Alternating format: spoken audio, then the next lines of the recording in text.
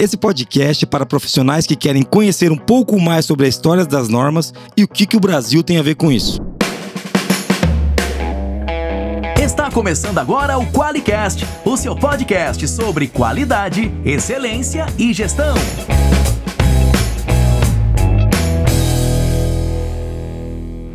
Olá, eu sou o Geison Alenhard Bastiani. Eu sou a Monize Carla. Nigel Croft. Seja muito bem-vindo ao QualiCast. Ô, Monize. Obrigado. Tudo bem, Monize? Tudo bem, Nigel? Como é que você está? Primeiro eu vou comentar o convidado, né, Monize? Tudo bem, Nigel? Tudo ótimo, Então, tudo bem. Estou aqui no Brasil, então estou feliz. Tá feliz? Muito bom. Muito bom. Você tá bem, Monize? Eu tô ótima. Passou já... Eu e a Monize estamos desde cedo trabalhando igual uns loucos aqui, né? E o podcast que tem convidado, a gente sempre fica muito Sempre feliz. fica mais feliz. E se você tá ouvindo... Jason, deixa eu corrigir uma coisa que eu falei agora. Eu estou feliz por estar aqui no Brasil. Estou super triste por ter perdido nossa rainha do meu país do nascimento a semana passada. Então, como todo e qualquer inglês, eu tenho dupla nacionalidade, então sou inglês brasileiro, mas eu senti isso profundamente, né? Porque eu tenho 66 anos e a rainha tem sido um constante na minha vida, né? Desde então, e muitas outras pessoas, né? Uma estabilidade. Então, realmente fiquei muito abalado na semana passada, quando ela faleceu. Eu acho que pegou todo mundo de surpresa, né? Do jeito que acabou acontecendo, né? Mas isso. Eu só lembrei, depois de eu falar, eu estou super feliz. Eu estou feliz que eu estou aqui no Brasil, né? Mas esse fato, né, Nigel, que você trouxe, eu me solidarizo com você, eu já tinha dado os pesos quando a gente conversou na semana passada. E para você que está ouvindo a gente esse podcast em 2030, né? A gente não sabe quando eles vão ouvir esse podcast, né, Nigel? Faz alguns dias só que a rainha faleceu quando a gente está gravando. E uma coisa que eu comentava com o Nigel, né? Ela era uma estadista, né? A gente, acho claro que o tema do podcast não é esse. E tem um monte de gente que fala um monte de coisa também. Não vou nem entrar nessa. Mas é uma coisa que abalou muita gente que entendia de cenário econômico e entendia de política de Estado, né? Quem entendia de política de Estado reconhecia a rainha como um ícone, né? Isso agora a gente tem vai ficar um vazio, né, Nigel? Por um bom tempo. Acho que o Charles vai levar um tempo para ele ocupar o espaço, ou um dos filhos dele, não sei. Mas é interessante, Jason. Eu acho que a gente vai falar da qualidade hoje, né? Sim. Claro, não é para falar da morte da rainha. Mas eu acho que tem um paralelo muito grande, porque quando eu penso nos ensinamentos de Deming, por exemplo, qual que é um dos principais? Constância de propósito. É isso aí. A liderança, criar um ambiente, né? Eu acho que nesse sentido a rainha criou um ambiente ao longo desses últimos 70 anos de estabilidade, de respeito, de alinhamento. Você pode estar a favor ou contra a questão da monarquia. Você pode ser de direita ou da esquerda, mas a constante na minha vida, né, nesses últimos 66 anos, né, que eu tenho, tem sido a rainha. Nos tempos bons e nos tempos ruins. Exatamente. Né? Então, eu acho que tem paralelo com qualidade. Claro que tem, claro que tem. E se você tá ouvindo a gente, né, Monize, e não sabe quem que é o Nigel Croft, né? Então é legal a gente falar um pouco, né, Nigel? Porque talvez você não tenha percebido, mas ele não é brasileiro. É que ele contou, senão ninguém ia perceber, viu, Nigel? Se você não conta, na realidade, você Jason, é brasileiro. Você é brasileiro. Eu vou brigar com você, né? Sabe, né? Tudo bem, você não é nascido no Brasil. Vamos lá. Sou brasileiro por opção. Por opção, olha aí. Às vezes mais brasileiros que muitos brasileiros. E você quer fugir do Brasil, né? O Nigel é brasileiro por opção. Mas, ô Monize, vamos apresentar um pouquinho o Nigel Croft. Você pode apresentar ele pra gente, quem que é? E, Nigel, depois que a gente apresentar, você complementa. Vai lá. Meu Deus do céu, né? Senão a gente acaba o podcast aqui se eu for falar todo o currículo aqui do Nigel. Mas ele é reconhecido como um dos principais especialistas, né, mundiais em gestão da qualidade, sistema de gestão e avaliação da conformidade, né? Trabalha nisso desde 1974. Iniciou a carreira como estagiário na indústria siderúrgica britânica, né? E desde então está atuando aí em funções executivas e não executivas em diversas organizações ao redor do mundo, bem como consultor estratégico de grandes empresas multinacionais e entidades como a ONUD, né, Organização das Nações Unidas para o Desenvolvimento Industrial. E uma coisa legal que eu queria falar do Nigel, que a gente não pode esquecer, é que desde 95 ele participa da ISO a nível internacional, né, Nigel? Acho que vamos falar um pouco disso hoje aqui. Eu quero muito que você conte um pouco dessa história. Como membro da delegação brasileira da BNTCB 25 e do Comitê Técnico TC176, né? O famoso TC176. Que entre 2010 e 2018 foi o presidente desse comitê, do subcomitê 176 SC2, e responsável pelas normas ISO 9001, 9004, de 2018 a 2020. Coordenou a revisão do anexo SL. Bom, e se eu for falando aqui tudo que ele já fez, e a gente tem mais 4 parágrafos, mas eu posso falar que você estudou com o Deming, posso falar que você trabalhou no Brasil na indústria, então esse é o teu maior, para mim é o teu maior cargo. Você já foi, você já trabalhou na indústria do Brasil, que não é uma coisa para qualquer um.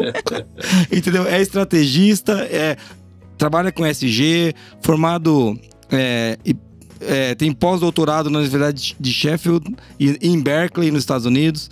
Então, eu acho que depois de ter conhecido o Deming, tudo isso aqui pra mim é quase nada pra você, entendeu, Nigel? Porque o teu maior crédito de todos é ter conhecido o Deming. Tem algo que você queira falar, que é uma coisa que eu não citei aqui? Eu acho só 2 coisas. Não foi só Deming, né? Olha, ele quer me esfregar na minha cara. Eu tive a honra de participar com Joran também. Muito bom. Mas 2 comentários. Quem me ensinou mais sobre gestão da qualidade foi meu sogro, José Diniz de Souza, que era presidente da Eletrometal, hoje Villares Metals, né? Quando eu cheguei aqui no Brasil, depois de ter casado com sua filha, né? Minha esposa Naila, também especialista em gestão da qualidade, foi uma das primeiras a ir para Japão, estudar no Japão, estudou com Ishikawa no Japão. Legal, é uma família bem mais legal que a nossa. Ela que me mantém honesto nessa história toda, né? Se eu fizer uma besteira, ela que me lembra onde está o PDCA disso, que você já cometeu esse erro, né? 2 vezes, onde está o PDCA? Eu acho que quem me ensinou mais sobre qualidade realmente foi meu sogro, que aplicou gestão da qualidade na Eletrometal naquela época com pé no chão, né? Dentro da realidade, nada de muito filosofia, muito, né, frescura, era pegar e aplicar. Então, outra coisa, voltando ao tema do momento, uma coisa, voltando a falar da rainha, por um lado, fiquei triste com a rainha, mas eu gosto muito da aviação, né? Eu tenho esse aplicativo Flight Radar 24, que se eu tiver que ir no aeroporto, pegar um avião, eu vou, né, rastreando onde que está o avião que vai vir me pegar. Eu fiquei muito orgulhoso de saber que a primeira viagem, o primeiro voo do novo rei Charles III foi no Embraer Legacy, né, da Aberdeen, da Escócia, voltando para Londres. Eu rastreei o voo dele. Por quê? Porque a Eletrometal naquela época estava presente nos anos iniciantes da Embraer. No início, meados dos anos 80, que eu chamo ainda dos anos dourados, né, da qualidade aqui no Brasil. Época de pioneirismo, né, de empreendedorismo. Na Eletrometal, por exemplo, nós éramos uma das primeiras empresas no hemisfério do sul a ser homologado para... Isso bem antes da ISO 9000, né? Nós fomos homologados pela Boeing nos Estados Unidos para produzir aços refundidos sob vácuo para formar parte do trem de pouso dos aviões da Boeing. Nós tínhamos aprovação da Pratt & Whitney, né, que fornecia os motores turbo-hélice para a Embraer, nós fornecíamos os eixos que eles usavam nos motores turbo-hélice para a fábrica deles em Canadá. Então, eu acho que tudo isso é uma quebra-cabeça de eventos que, às vezes, a gente não liga uma coisa com a outra, mas acaba tudo tendo esse sincronicidade, essa sincronicidade. Sincronicidade, essa é a palavra que eu queria. Exatamente. O Nigel, primeiro, eu queria agradecer de público para todo o nosso ouvinte que está aqui. Cara, que legal que você está podendo falar com a gente hoje. E para você que não conhece o Nigel, ele, apesar de ter essa simpatia de pessoa, ele é importante. Né? É um cara muito importante. Fala isso pra minha esposa aí. Ele só não é mais importante que a esposa dele, que eu entendi que quem coloca as coisas dos filhos lá é ela. Mas o Nigel, ele é um dos principais nomes da ISO 9000, da ISO 9001, da ISO 9004, que é uma norma que a gente ainda não conseguiu você pegar, né, Nigel? Mas nós chegamos lá. A gente já falou disso em outras ocasiões. Eu tive o prazer de debater com o Nigel algumas vezes e é sempre um prazer encontrar ele. E por que eu tô falando disso aqui? Não é pra puxar a sardinha pro lado do Nigel, não. É porque o Nigel é o cara que é o responsável pelo Anexo SL, né, Muniz? E o Nigel, você não tem ideia da minha alegria do Anexo SL. Uma coisa que começa a sincronizar, já que a gente falou de sincronicidade, as normas, claro, que cada um com a sua aptidão e as suas características particulares. Então, para você que tá ouvindo a gente aqui, o Nigel trabalhou diretamente na revisão e eu pedi pro Nigel vir falar hoje. Tinha 1000 coisas para falar com o Nigel, desde SG até como que era a indústria nos anos 80, como que é a indústria na Inglaterra ou em Portugal, onde ele geralmente tá morando. Mas eu fiz questão de falar com ele sobre como que as normas são criadas e qual que é o papel do Brasil nisso. Nigel, qual que foi o momento em que você, para começar o papo, daqui a pouco eu vou pro tema, mas só para dar um spoiler assim, quando foi a primeira vez que você teve contato com a ISO 9000? Ou com a 9001, ou com o que tava vindo para cá? Quando foi isso? Em termos de desenvolvimento, foi lá pelo ano 93, 94, mas a história começa na realidade com a minha vinda para o Brasil. Eu cheguei aqui em 84, não falava português, só falava algumas bobrinhas, né, que a minha esposa tinha me ensinado. Nós fizemos nosso doutorado juntos na Universidade de Sheffield e eu cheguei sem falar português. Coincidiu com uma época que o Brasil estava sofrendo restrições de exportar seus aços para os Estados Unidos, né? Então, eu cheguei no Brasil e eu fui colocado como gerente de exportação da empresa, no intuito de fazer duas coisas. Primeiro, exportar para os Estados Unidos produtos com maior valor agregado, né? Maior preço por tonelada. Ao invés de vender vergalhão para construção, vender aços refinados, né, que eventualmente o preço por quilo, por tonelada, chega a ser 10 ou até 20 vezes mais caro. E o segundo é desenvolver o mercado em outras regiões do mundo. Europa, África do Sul, Austrália, etc., onde não tinha esse problema de cotas. Um belo dia, eu fui para a Europa conversar com o pessoal de Doughty Crothall, que é um grande fabricante de trem de pouso na Inglaterra. Isso foi lá pelos 89, por aí. E eles me perguntaram, vocês têm a ISO 9000?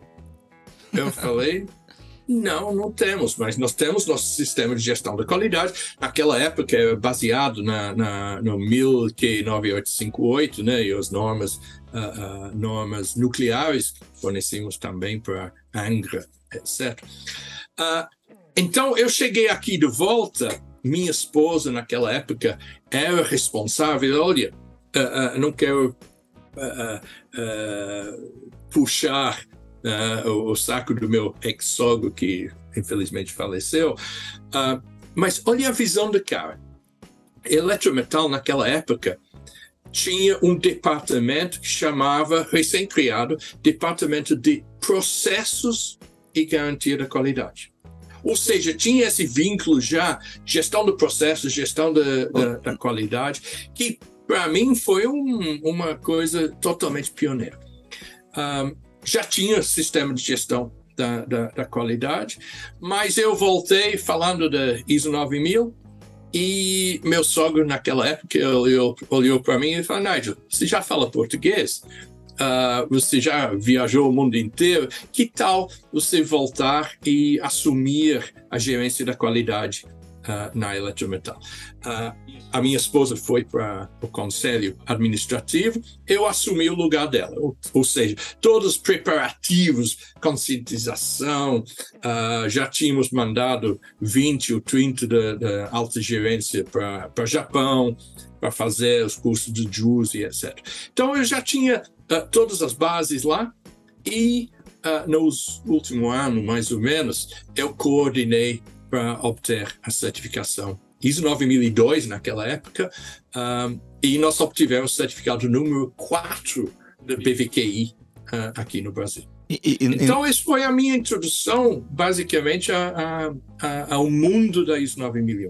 Fiquei muito fã disso. Grande amigo Vicente Falcone, né? Chegamos a desenvolver alguns trabalhos juntos, no espírito daquilo que eu chamo de ISO 9001 e TQC de mãos dadas. Né? Porque havia uma certa tensão dinâmica, que até continua até hoje, né? Com o que eu chamo da turma da ISO 9000 e a turma do TQC, Prêmios Nacionais da Qualidade, etc. Sim. Gente, estamos falando da mesma coisa, estamos falando da qualidade. Os conceitos são exatamente. E eu até fiz questão de puxar isso, que você trouxe 89, a gente já vai entrar no tema de o que o Brasil tem a ver com isso, porque a gente tem uma... mas antes de entrar no tema, eu quero fazer duas observações aqui que me chamaram a atenção. A primeira, você falou do seu sogro, muito sabidamente, colocando a área de processos junto com a área de qualidade. E hoje a gente insiste em ver grandes indústrias separando a área de processo da área da qualidade. E a gente olha para isso ainda hoje e a gente... É meio chocante, né, Nigel? Você olha e fala, cara... Totalmente chocante, porque uma empresa não trabalha em cima do número de cláusula de uma norma, né?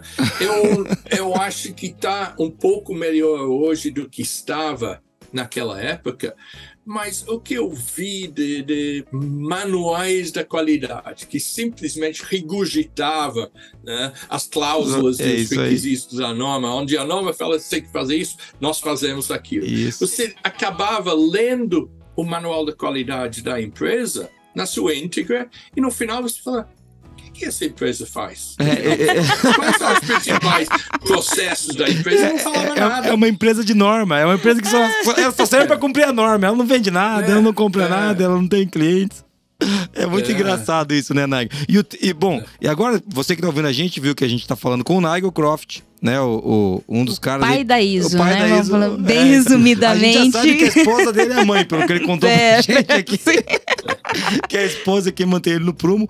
E a gente vai falar um pouquinho mais sobre como surgem as normas e qual o papel do Brasil nessa jornada aí.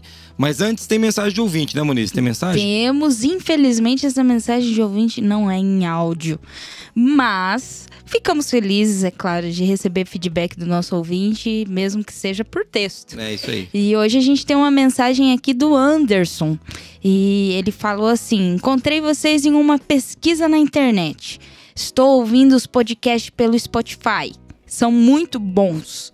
Parabéns pelo trabalho e as piadas são engraçadas. Quase que eu censurei essa parte aqui. Tá vendo? Eles gostam das minhas piadas, Nigel. As minhas piadas sem graça, a mensagem foi pra mim. Ele falou que tá lendo os artigos do blog também. Tá lendo os artigos do blog e tá seguindo o Jason no Instagram. Aí, Jason, você pode postar suas piadas no Instagram, olha só. Eu só faço piada aqui ao vivo com o Nigel Croft, né? Então, tá muito chique, né, esse Jason? O repertório de piadas está reduzido hoje em dia por questões de ser politicamente correto. Mas é uma mudança do contexto, né? Na realidade. É uma mudança. Eu até fico constrangido, com vergonha de algumas piadas ou as coisas que a gente fazia rir 20, 30, 40 anos atrás, que estava errado. Mas ninguém... Era o contexto do momento e exatamente. Eu acho que essa questão do contexto também, outro fator da ISO 9000, né, que a gente sempre tem que levar em consideração. Muito bom. E o Anderson, ele mandou uma mensagem pra gente, Nigel, mas ele não cumpriu o requisito para ganhar os stickers. Tem um requisito que a mensagem tem que ser em áudio. E tem que tocar no Qualicast. Então, infelizmente, Anderson, você não vai ganhar nem as barras de ouro, que a gente poderia mandar, mas nunca manda. Mas a gente pode, se a gente quiser. É que a gente não manda, né? Nem os stickers, né, Moniz? Porque você está não conforme os nossos requisitos. E se ele quiser ganhar os stickers, ele manda um áudio pra onde? Pra 43 99822 0077. Muito bem. E agora... Antes da gente entrar no tema, vamos ver quem é que paga a fortuna incalculável aqui, que a gente pagou pro Nigel, né? Em libras esterlinas para ele gravar com a gente hoje aqui. Vamos ver quem é que banca esse podcast aqui. O Qualicast é patrocinado pela Forlogic, uma empresa que surpreende os clientes com relacionamentos e tecnologia que simplificam a qualidade. Venha fazer parte da maior comunidade de qualidade do Brasil. Para mais informações, acesse qualiex.com e conheça a solução definitiva em software para gestão da qualidade. Jason, com isso eu vou querer um aumento de 50% dos meus honorários, hein? 50%, cara. Só por causa da propagandinha de nada, Nigel? De nada. Ô, Nigel, você sabe de uma coisa? A gente grava podcast faz 5 anos. Eu nunca vendi nada aqui. Tem gente que vem aqui e mais de uma pessoa. Sim. Nossa, vendi 3 palestras por causa do podcast. Falei, cara... Eu não vendo nada. Mas, ô, Nigel, eu vou te dar um aumento, então eu vou aumentar 100% no que eu te paguei, tá bom? Perfeito. Perfeito, tá não paguei ótimo. nada, então tá tudo bem, vamos continuar. Eu só, na realidade, a gente tá falando tudo e nada ainda no assunto, mas uma coisa que para mim é muito importante, muito pessoal, eu acho que a gente se deu bem quando a gente conheceu pela primeira vez em Belo Horizonte. Você gosta daquilo que faz. Eu também gosto daquilo que eu faço. Se eu identifico com uma pessoa e aquela pessoa está entusiasmada, não é questão do preço, não é questão de... É questão de fazer pela paixão que compartilhamos. No passado...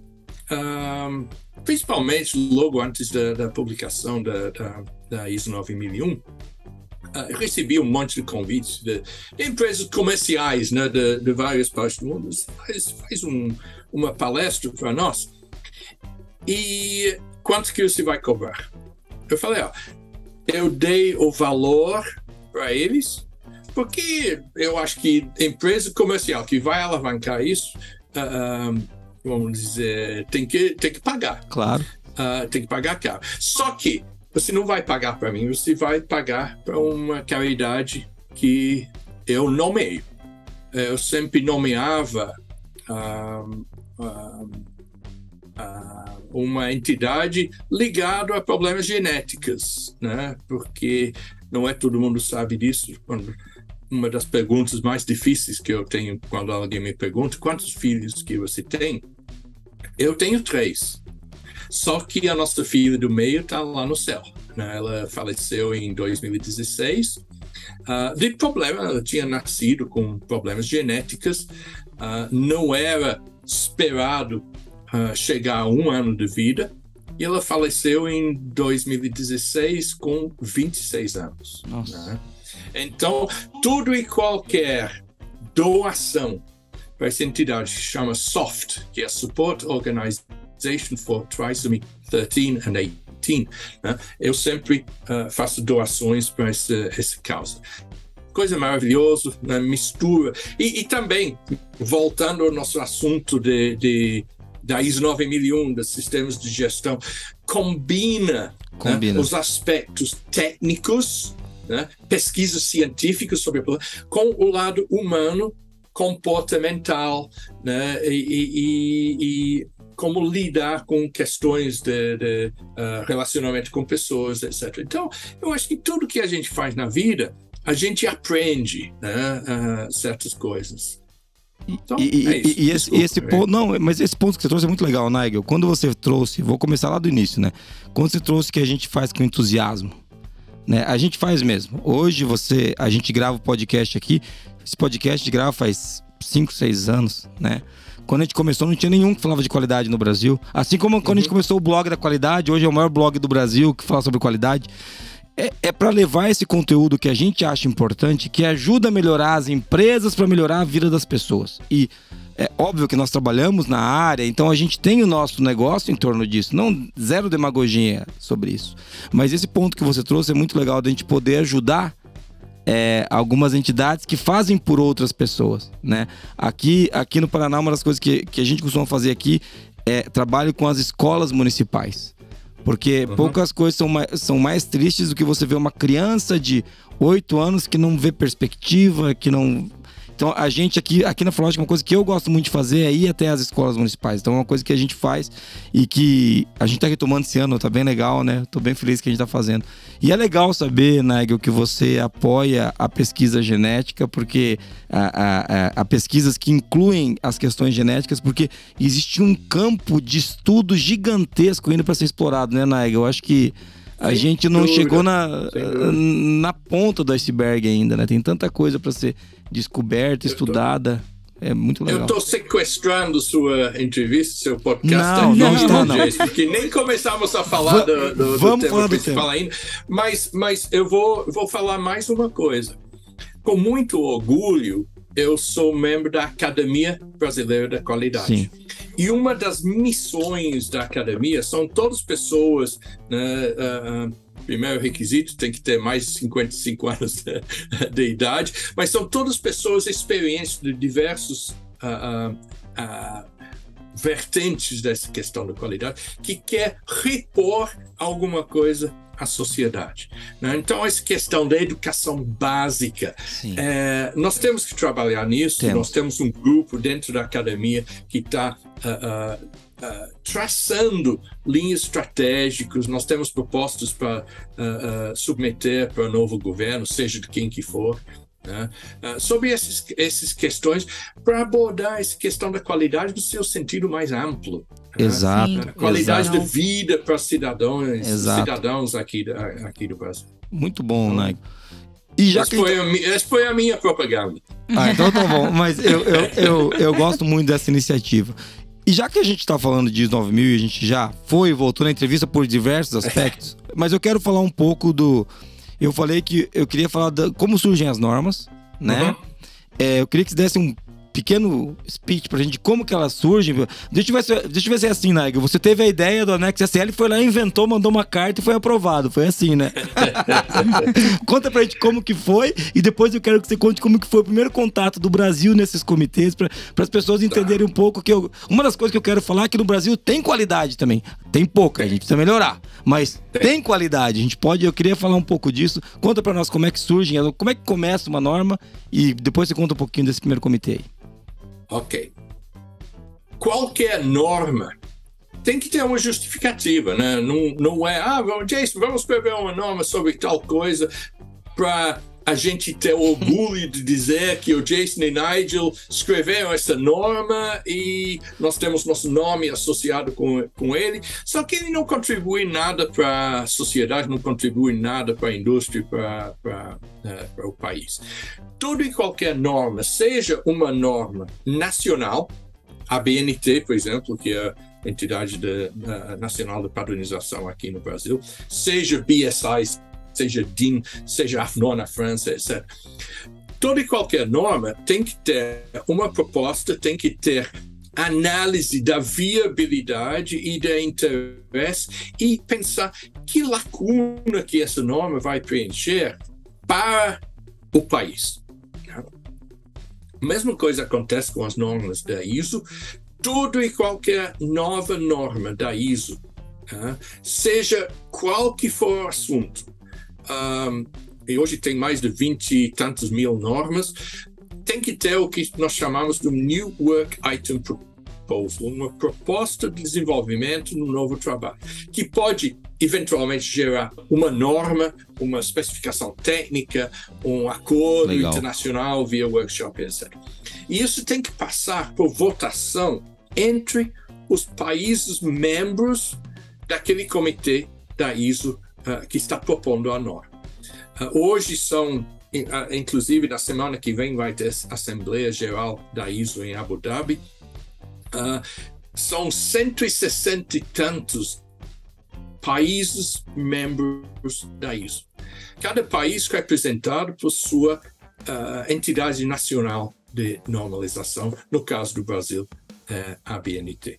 Então tem que ter uma justificativa e essa justificativa tem que ser contínuo, né? 5 em 5 anos, toda e qualquer norma da ISO é analisado. Está sendo útil? Precisa ser melhorado? Se não, vamos reconfirmar do jeito que está. Se não está otimizado, vamos atualizá-lo. E também, se ninguém está usando, então vamos retirá-lo. Então, é sempre justificado. Uma coisa que eu quero trazer aqui para a atenção de quem está ouvindo a gente, o nosso ouvinte às vezes pensa, pô, os caras estão inventando norma aí porque eles querem. Então, quer dizer, a primeira coisa é uma demanda da sociedade, né? Existe um anseio por algo que tem que ser melhorado, trabalhado, desenvolvido. Esse anseio demandado pela sociedade, de alguma maneira, observado por uns comitês, é isso, né, Nigel? Eles observam nas suas áreas, disciplinas específicas, trazem isso, levantam essa necessidade, propõem, e depois disso ainda esses países eles entram num consenso para definir se aquilo vai avançar ou não, é isso? Exatamente isso. E, inclusive, eu vou dar um exemplo. Todo mundo pensa, poxa, mas a ISO é muito lerda, demora muito para desenvolver uma norma. Primeira coisa, tem que lembrar, se você quiser chegar a consenso de um procedimento da sua empresa, todo mundo falando o mesmo idioma, todo mundo no mesmo...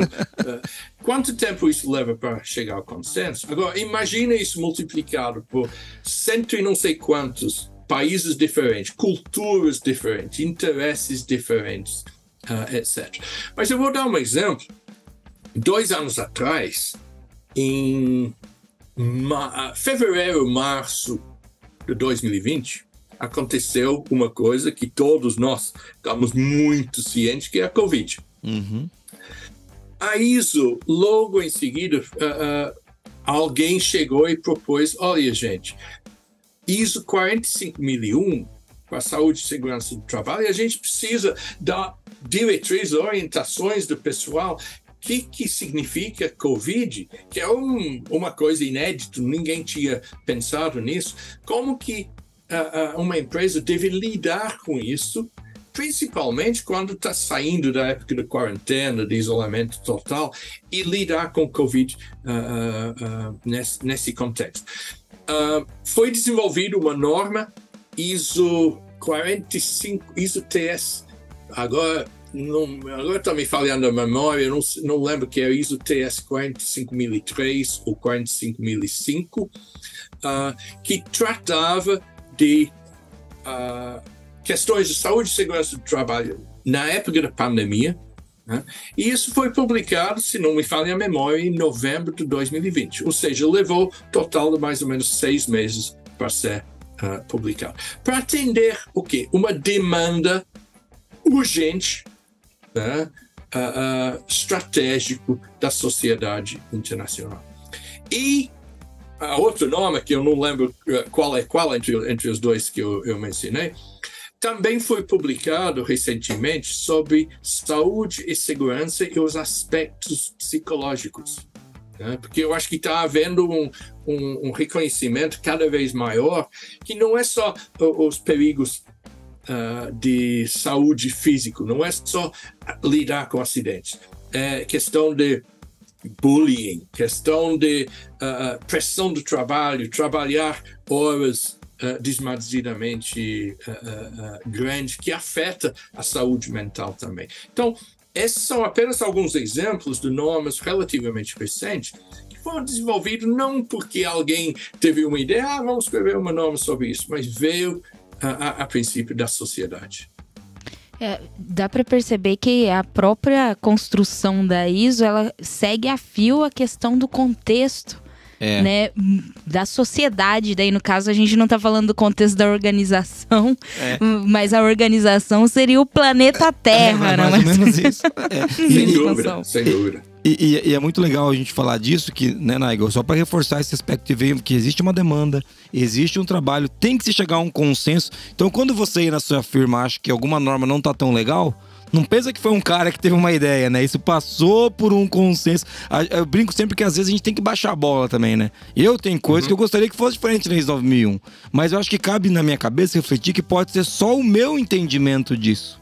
Né? Porque tem uma amplitude muito maior a discussão, teve muito mais gente discutindo sobre isso. Quem tem que construir esse consenso, Jason. Claro.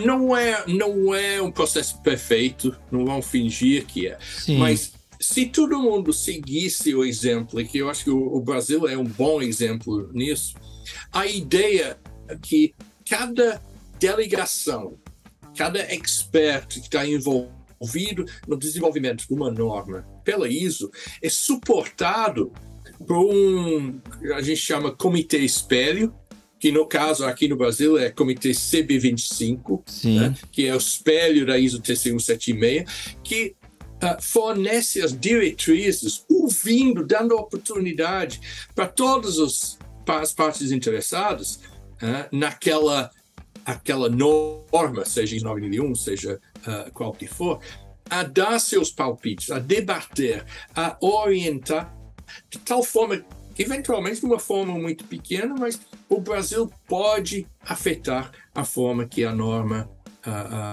está sendo desenvolvida. Normas de EPIs, por exemplo, o Raul Casanova da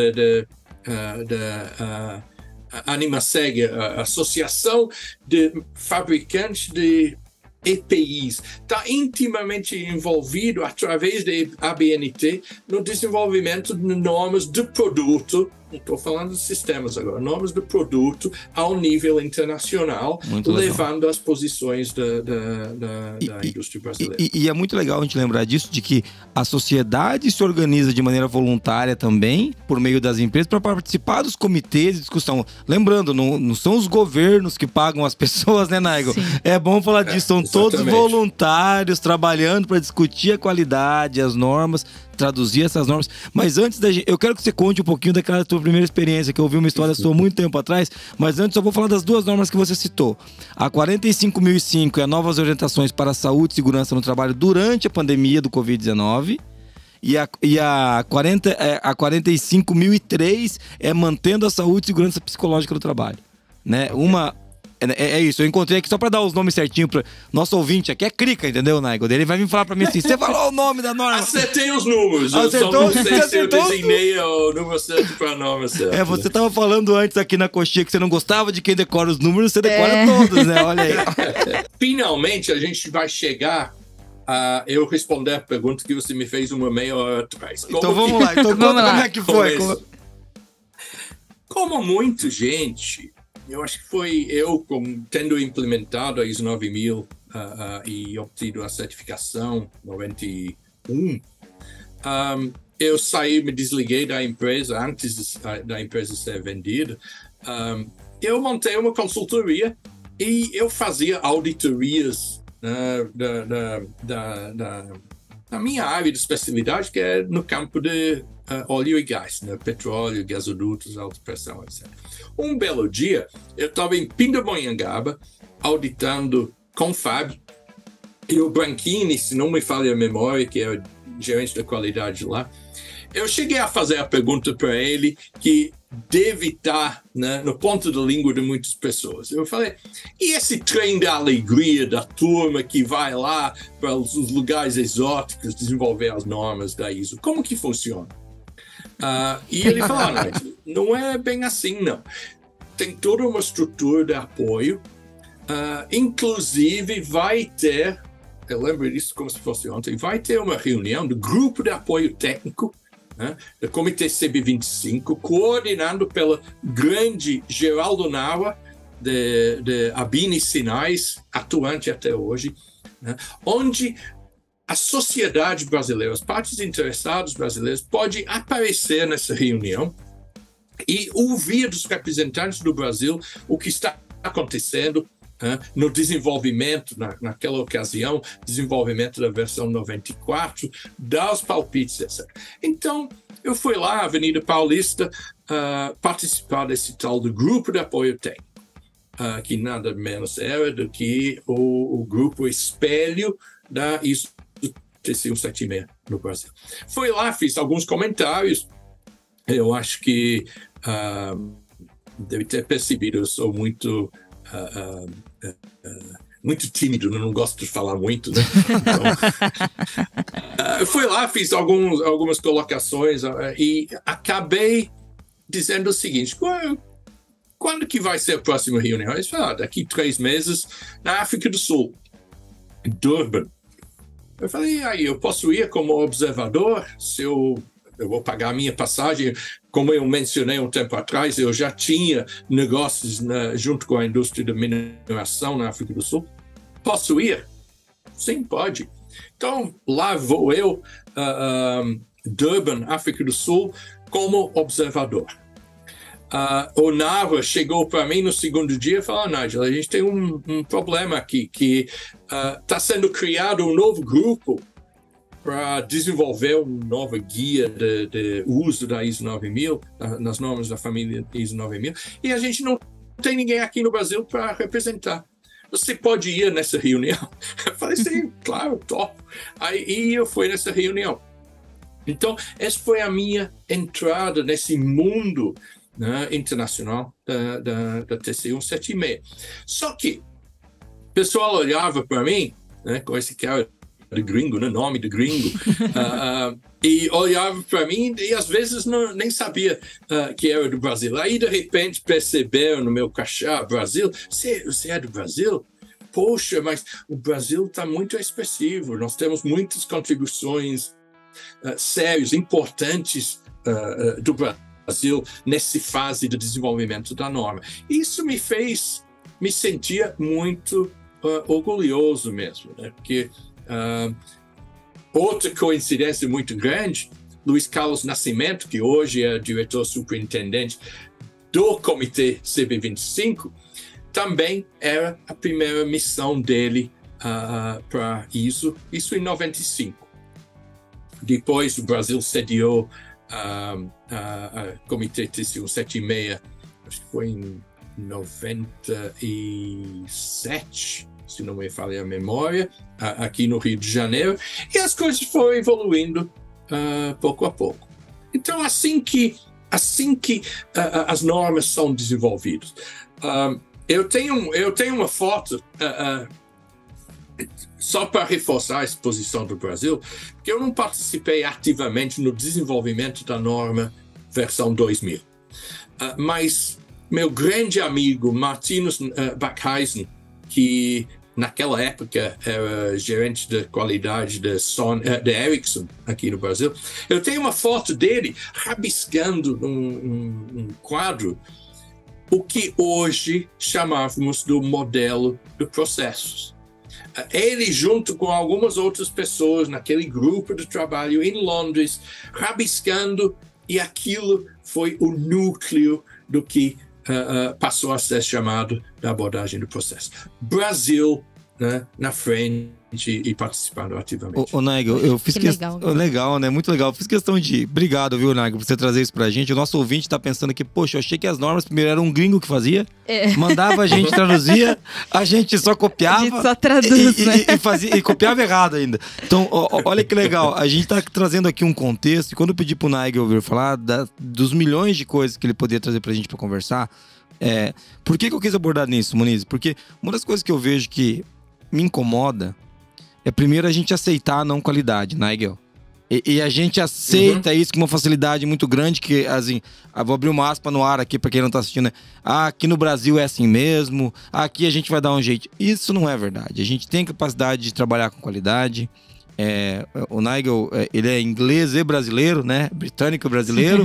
e ele vê que aqui a gente tem um pedaço da qualidade que a gente pode viver E você que é nosso ouvinte aí, que talvez vai chegar agora na indústria, tá indo ou de metrô ou de ônibus, muita gente corre de manhã ouvindo a gente, Nigel, acredite, manda no Instagram, tô correndo ouvindo vocês aqui. Então, você que tá correndo ouvindo a gente, pensar, será que essa qualidade que o Nigel tá falando, que a gente ajudou a criar, eu tô conseguindo aplicar? Acho que essa que é uma coisa, né? Será que essa qualidade a gente tá buscando de verdade? Então, eu queria que o Nigel falasse disso. Quando o Nigel traz isso, me deixa alegre de ver assim, olha, a gente pôde ajudar a criar. A gente tem um brasileiro, que é o Nigel Croft, que é, tudo bem, nascido fora do Brasil, mas é um detalhe que a gente vai relevar porque ele é brasileiro, mas que ajudou a trabalhar na Next SL, que é uma das... Vai passar pano, né? A gente vai passar pano pra ele por causa disso. E o Nigel também acredita numa qualidade que não é só pro inglês ver, né, Nigel? Uma qualidade de verdade. Espero que sim.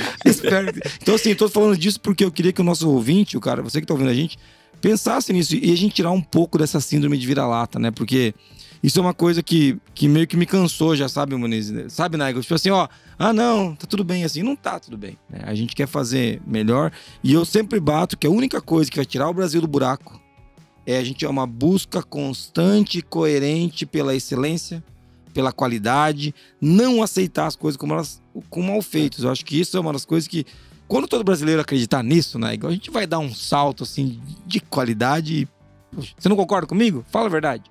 Concordo totalmente. Inclusive, tem uma outra frase que eu gostaria de colocar aqui para todo mundo, que tem sido mal interpretado às vezes. Normas são feitas por aqueles que aparecem, aqueles que participam. Se você não participar, se você abdicar, né, essa possibilidade, essa obrigação de fazer parte, por mais simples que seja, pode ser como eu fiz primeira vez, vai lá, participa vai saber o que tem programado do Comitê Brasileiro 25 para a qualidade, CB 38 para gestão ambiental. Procura fuçar, saber como participar, vai lá e participa, ajudando o Brasil a colocar suas posições ao nível internacional. Foi assim que eu comecei com essa história. Agora, isso não quer dizer que são uns poucos privilegiados. Todo mundo tem essa oportunidade. É só querer e procurar a ABNT. A única exigência que a ABNT faz é que tem que ser sócio da ABNT, como eu sou sócio com muito orgulho da ABNT, sou sócio individual, né? Porque hoje em dia não tenho mais empresa, que isso me dá o direito de participar. Não é um valor alto, é um valor, sei lá, eu acho 300, 400 reais por ano, alguma coisa assim.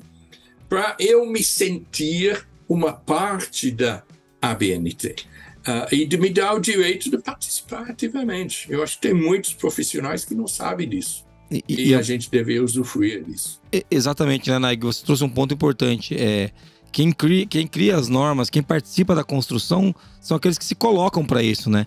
E lembrando que é um trabalho voluntário, é um trabalho que não deve ser fácil de ser feito, então, mas que tem um resultado, né? Tem um resultado eu já participei da tradução de algumas normas, então, assim, é legal de comitê de tradução, e é legal quando a gente pensa que a gente está lá contribuindo com isso, né? Você está se doando. A verdade é essa, né, Nigel? Não eu não conheço ninguém, Jason. Eu já ouvi muitas babosarias por aí, dizendo que não, são esses consultores que falam que vai lá de forma voluntária, mas estão querendo depois só ganhar dinheiro em cima da sua consultoria. Eu não conheço, talvez eu conheça uns poucos de certos países que são assim. Eu, por exemplo, eu tinha minha empresa de consultoria aqui no Brasil mais de 25 anos atrás, mas hoje em dia eu não faço nada de consultoria da implementação da ISO 9001, nenhum lugar do mundo. Eu participo porque eu tenho... É o pirâmide de Maslow, né? Sim, autorrealização, né? realização. Eu participo porque eu estou desenvolvendo, eu estou tendo uma enorme satisfação com isso. Agora, claro, isso quer dizer, se eu quisesse, né, cobrar caro para fazer uma palestra da ISO 9000 e encher meu bolso de dinheiro, vamos dizer assim, eu podia, mas isso não faz parte. Eu conheço muito poucos que estão com essa visão. Eu acho que é muito importante. E uma coisa importante também, né, Nigel? Vamos chegar no acordo. Se você foi lá, se participou, aprendeu e quiser cobrar pela sua palestra, não tem nenhum problema, não tem nada de errado também, porque qualquer um pode fazer exatamente isso, né? Vai lá, sem aprende, e eu acho que o grande ganho de quem participa é o aprendizado, né? É o tempo de discussão com as outras pessoas. E ó que legal, a gente que tá... Vou deixar o link aqui no post para a BNT e para os lugares para ele participar do comitê. Vamos, para conhecer o processo. Vou deixar o link aqui no post. Só para dar mais um exemplo, Jason, pode falar. Eu sei que o tempo está esgotando. Outro exemplo, um grande participante ativo da ISO é meu grande amigo Jorge Cajazera, né, que era da Suzano Papel e Celulose. Hoje ele está associado como professor lá na Universidade do Bahia. O Cajá coordenou talvez um dos trabalhos mais difíceis na história da ISO, foi o desenvolvimento da ISO 26000, de responsabilidade social. Isso foi publicado em 2010, está valendo até hoje. Acho que foi 2010, não lembro. Mas foi um grande trabalho, né, comandado por quem? Por um brasileiro. No caso dele, baiano nato, né? Não, nada de gringo que vem se naturalizar. Mas o Jorge tomou esse trabalho, estava na frente. Ele está na frente também do grupo estratégico da ISO. Eu faço parte do grupo que está analisando o impacto desse movimento da ESG, o que a ISO pode contribuir, quais são as responsabilidades, etc. Muito legal. O Nelson Alassal Filho, da ABNT, é membro do Technical Management Board da ISO. Então, o Brasil está muito bem representado na ISO, não é só uma pessoa ou outra isoladamente. E é legal a gente pensar nisso, né? É uma entidade internacional, né? ligada às Nações Unidas, né? E o Brasil tá figurando, tá junto, tá próximo. E tá fazendo a diferença. Acho que isso que eu acho mais legal, porque... Também, Jason, deixa eu só enfiar a faca um pouco. Vai ter aqueles chatos, né? Chatos mesmo, que vão ver na semana que vem, vão ver o Ricardo Fragoso, vai ver o William, vai ver o Nelson, representando com muito orgulho o Brasil lá em Abu Dhabi, junto com os representantes da alta cúpula dos outros entidades de normalização, vai falar, estão só indo lá passear, por que eles vão lá? Como se pegar um avião, não sei quantas horas de fuso, trabalho duro durante todo esse tempo, como se fosse uma coisa de passeio, eles estão só aproveitando. Não, senhor ou senhora, eles estão lá representando o Brasil. Eu tenho muito orgulho de fazer parte desse movimento, de apoiar totalmente eles. Desculpe mas eu concordo. Eu fico revoltado com eu concordo com você, porque as pessoas que criticam e atacam, Nigel, eles não têm solução. Eles não fazem nada, né? Eles não fazem nada, eles ficam da janela reclamando, né?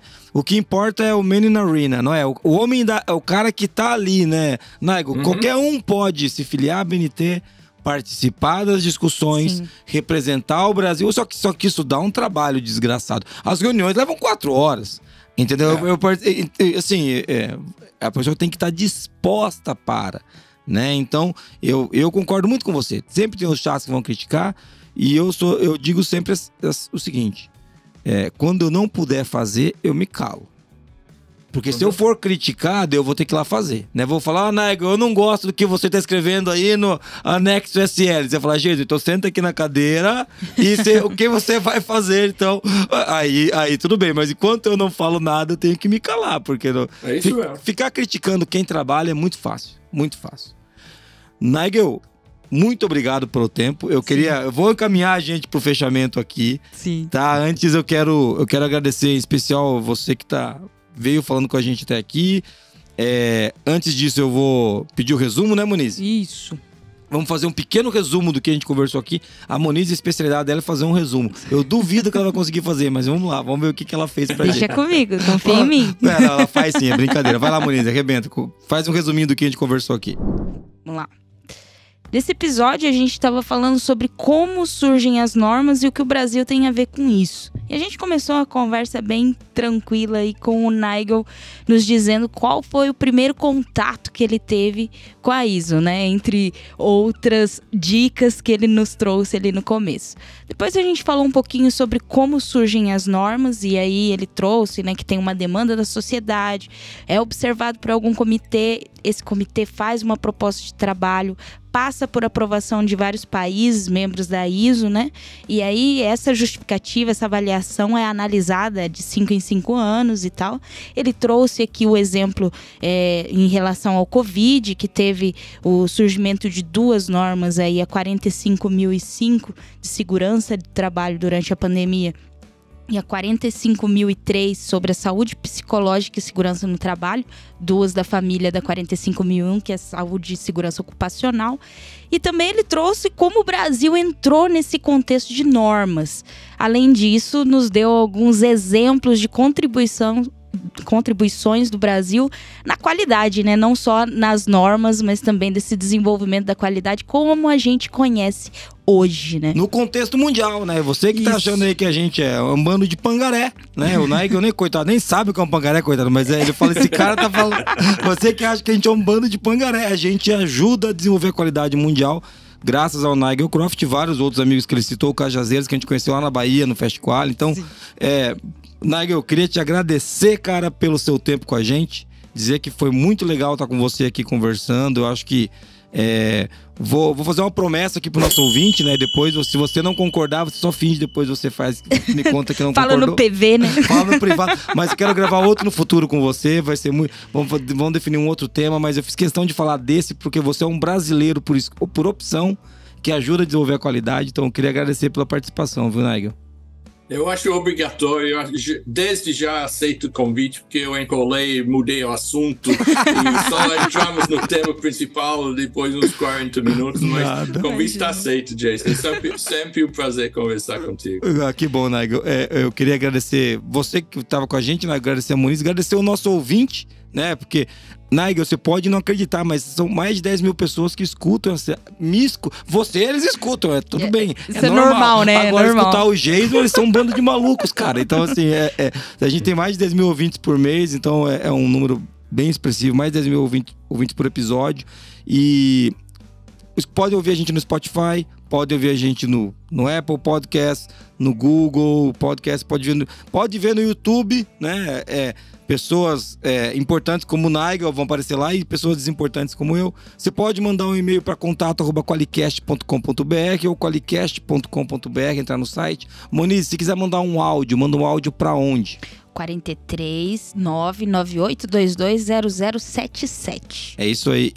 Nigel, se alguém quiser te encontrar, como que faz? Como que faz para achar o Nigel para quem sabe poder contratar a sua palestra e fazer a doação que você estava comentando aqui? Como é que encontra o Nigel? Eu não sou muito presente nas redes sociais, mas o único que eu uso mesmo com certa frequência é LinkedIn. O que chamamos em inglês como LinkedIn. Só que a primeira vez que eu vi aqui no Brasil, eu nem sabia do que a cara estava falando. LinkedIn. LinkedIn. Mas eu sou presente, aí eu sempre o prazer, eu entrei em contato. Legal. Ô, Nigel, como é que é em inglês o LinkedIn? LinkedIn, tá vendo? Você aprende também inglês no Qualicast. Sendo que o link é um elo num corrente. Sim. Então, se você tiver LinkedIn, quer dizer que você está ligado àquela corrente, participa. Então, são 2 palavras juntas. É isso aí. LinkedIn. Tá não vendo? Não é LinkedIn. É igual o Aladdin, Nigel. É da Disney, é o irmão do Aladdin. É o Facebook, né? É o Instagram, não é assim o Instagram? Então, não, mas às vezes eu tenho dificuldade, o pessoal fala, mas você é inglês, você não sabe o que é LinkedIn? Eu falei, que diabos que tá falando? Tá falando LinkedIn. Então você pode encontrar o Nigel no LinkedIn ou no LinkedIn, se você quiser. Também. Você encontra ele lá, tá? Então, encontra a Moniz e Carla também lá, @Moniz e Carla, @JasonAB no Instagram. Muito obrigado por vir ouvindo a gente até aqui. Se você chegou ao final, você é um vencedor. Bom, se tudo bem, hoje tinha o Nigel, então hoje tava bom. Hoje tava bom. Você já passou por coisa pior, você tá ouvindo a gente, que eu sei. Hoje tava muito bom que tava com o Nigel. Hoje foi sensacional. Quando eu e a Moniz aqui, é jogo duro. E eu quero encerrar com uma frase que tem tudo a ver com normas, certificações e a vida que a gente acredita que deve ser vivida. Não existem métodos fáceis para resolver problemas difíceis. René Descartes. Beleza? Valeu. Até mais. Até mais. Tchau, Nigel. Obrigado, gente. Tchau. Tchau.